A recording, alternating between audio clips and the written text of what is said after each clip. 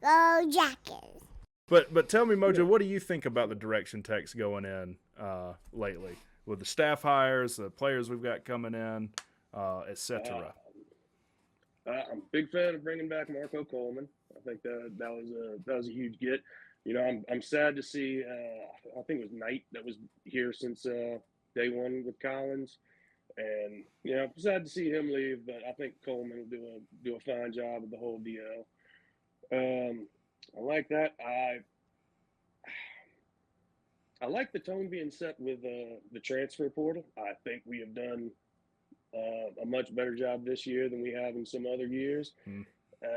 Especially that I like Haynes King coming in to provide a little competition at quarterback. I don't know that it's going to be him because I really liked Zach Byron, but Zach Byron's really going to have to develop and get rid of those freshman mistakes from last year Yes. if he's going to be the guy. And I like that Haynes King could take over and be a guy that has that veteran experience that you know he's not going to make the freshman mistakes that Byron could make. And I like that we're not putting that pressure on him as a sophomore. Like there's no other guy, you are the guy. Right. So I felt like that was a big thing that stunted Jeff Sims's growth, for lack of a better word. There was just nobody else. But I like that. Yeah, I'll tell there you was something no that makes threat me. of him ever losing his position, I think. Mhm. And I think that definitely got into his head and worked against him, like more towards the end of his career at Tech. But I'll tell you something I'm nervous about. I don't want Tech to learn the wrong lessons from the Collins administration. And what I mean by that is while Collins did a lot of wrong things clearly on the field, the way he marketed the school and the way he used social media to, you know, he'd have a jersey reveal every week. He'd have, you know, different marketing in the off season that was, it seemed like a lot more and a lot higher quality production quality than what we had gotten before. And I know a lot of people get caught up in you don't want to necessarily be the rah rah, you know, money down part of college, which I'll agree. Some of that gets silly. Mm-hmm. I don't want Tech to abandon the oh hey we're the young exciting team. We're in Atlanta. We're in a cool city. We're in a cool place. Come here, be awesome. Like I like that was the marketing under Collins, and I don't want Tech to move away from that just because it was a Collins thing that he brought in. I agree. I think at Tech we kind of have this clash of two kind of different fan bases almost. You kind of have the old school fan base. It's just all that stuff is stupid. You just need to play football and put your feet in the dirt. And then there's kind of the other guys like us that are like, well, look, why not market it correctly though? Like that's part of the game now. Like you have to evolve with the game. Like we're talking about all this, being a student at Tech and technology. You got to evolve with these markets. This is something Nick Saban has done perfectly. Like, and Nick Saban is probably as an old school as a guy as you're ever going to meet, but he realizes what it takes to have a successful program. And this is something Bryce and I had talked about where some people might see that Jeff came in and failed and be like, see, doesn't work. No point in doing any of that, which I don't think is the case to your point. Exactly. And more to that point, there are programs that can afford to be boring. If you are Alabama, you can wear the same jersey every week, or one's crimson, one's white, no variation. That's fine. You don't need a reveal. You don't need hype videos if you're Alabama. Same thing for USC, Texas, Michigan. The thing about Tech is, like, as much as I would love to say we have that brand and we can afford to be boring in marketing and still be competitive, no, we need excitement. You need to build excitement at a place like Tech because it's not it's not Alabama. We're not going to be in the national title conversation every year. At least we haven't in recent history. But that's what I hope we. That's why I really hope we don't get away from it because we can't afford to be boring, man. Like that's what we were for a while, and it doesn't get the right sort of athlete in the door, and it doesn't make your program exciting. You gotta generate some excitement to get eyeballs on you, and I think.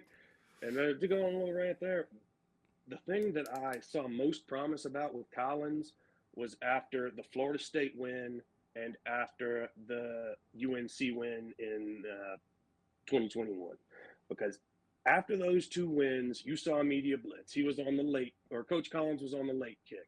He was on Pat McAfee's show.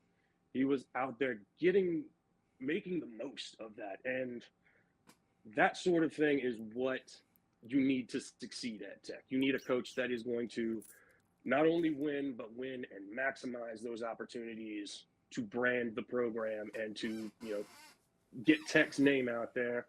When you think college football, when you think Atlanta, you want people thinking Georgia Tech, and that's how you do it. Yeah. And look, there's a comment in the live chat. You guys are not old enough to remember Georgia Tech used to be the best school in the South in terms of football. And that's good. Here's the thing, though, is that we're recruiting 18-year-old kids right now that don't give a crap about none of that. They don't remember it. And I'm not poo-pooing on it at all. But we haven't been that good in a long time, and it's not doing anything for us right now. So what Mojo is saying here is that, we've got to build up a brand that has kind of fallen to the wayside.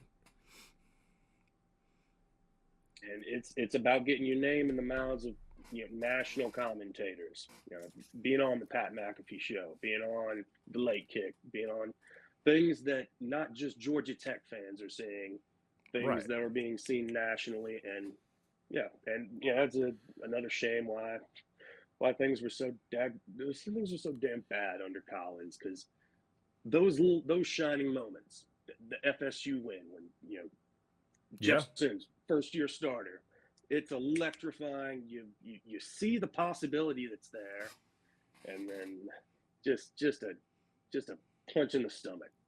Yeah, just not able to put anything behind it. And I do, I know we've been corresponding through email. I do want to have an interview with you. But I did want to ask you this, because quarterbacks and skill positions get all the credit, right? That's all.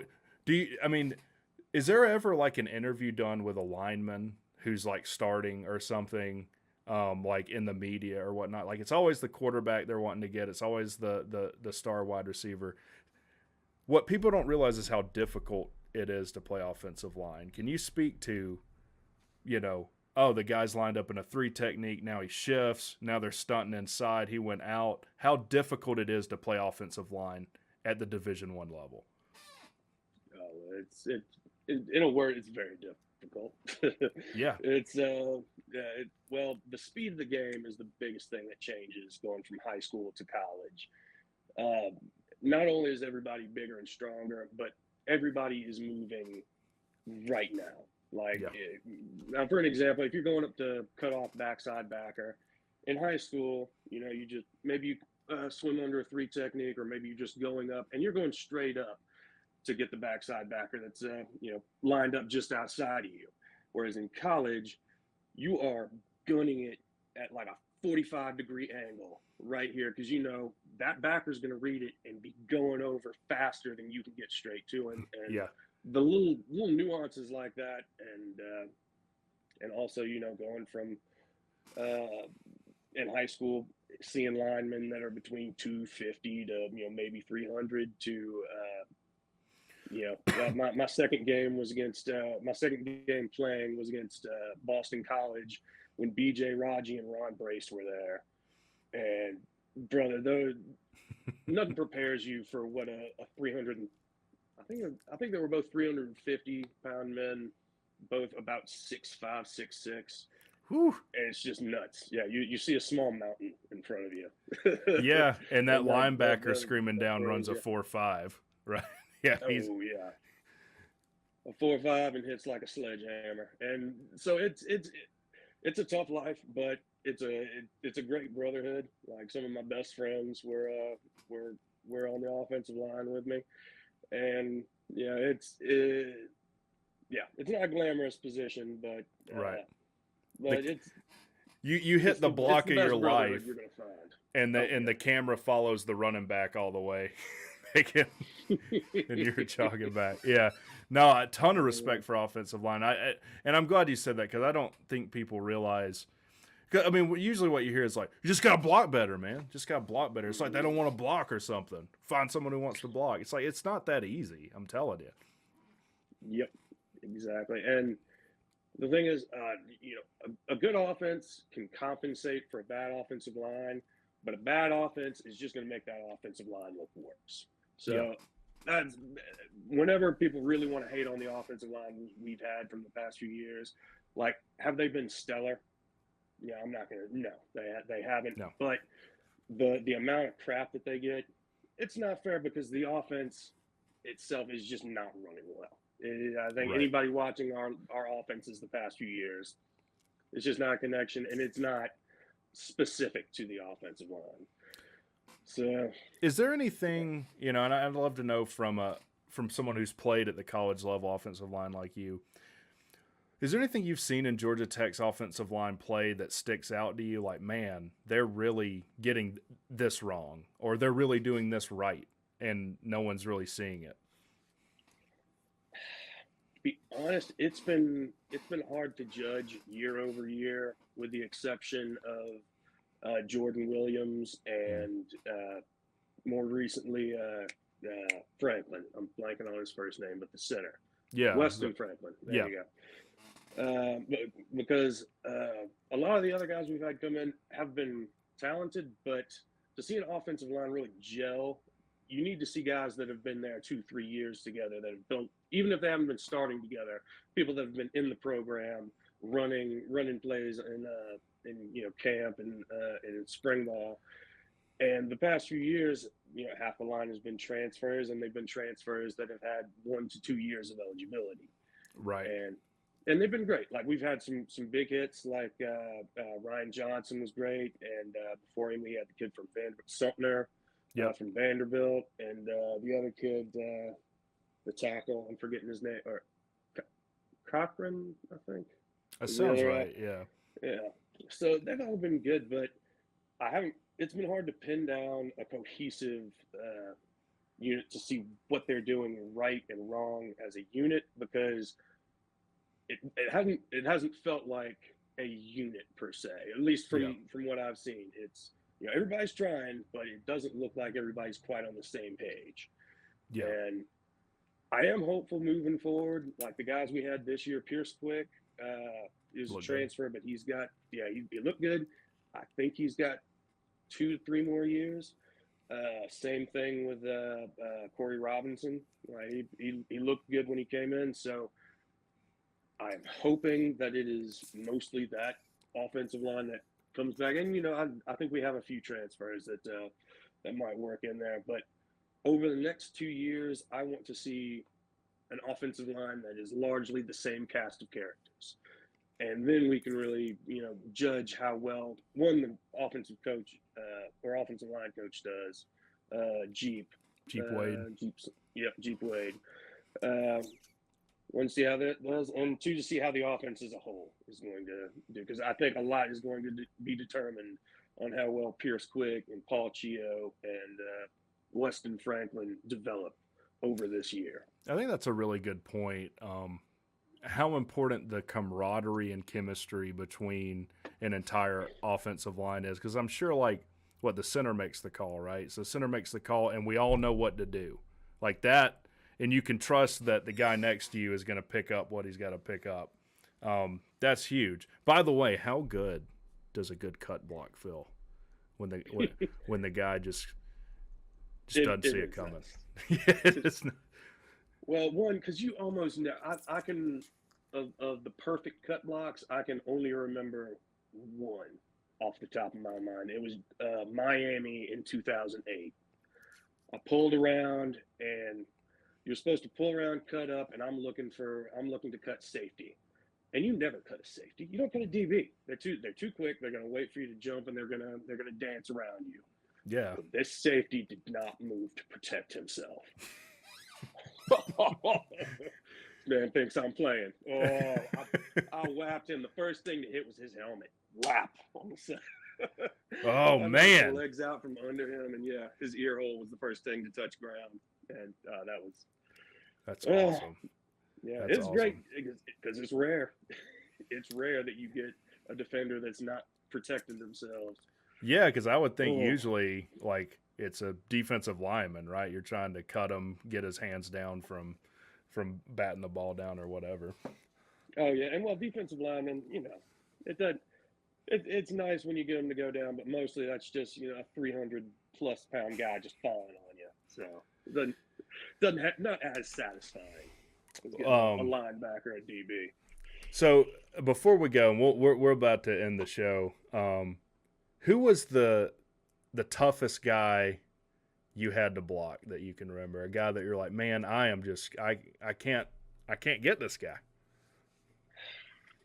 Oh, that's a tough one. Okay, well maybe uh, we'll postpone it for the interview, but yeah, that's a good idea. Give me think some on it. time to give that one some thought. Yeah. But yes, there were a lot of them. Yeah, there were some bangers back in the in the ACC at that point in time. Yeah, Between Raji at Boston College, and I forget the Clemson guys and Miami. They were all big. yeah, they're all big, they're all strong, they're all fast for their size. Mhm. Yeah. Well, cool, man. I tell you what, we'll keep corresponding through the email. I do want to set an interview up. I'd love to do that. That'd be great. So, Mojo, is there anything else you'd like Absolutely. to say before we cut out? Nothing. I think we've about covered everything. Go Jackets, and yeah, I think that's about it. All right, Take Mojo. care. Thank you for coming on. Rec Talk here, and you just watched a clip from the live show. We do a live show every Sunday at 8 p.m. It's a ton of fun. And if you like the clip, consider giving us a like and subscribe. It helps the channel out. You can follow us on Twitter. There's a Discord link in the description. And if you want to support the channel financially, there's a PayPal link in the subscription. Thanks for watching.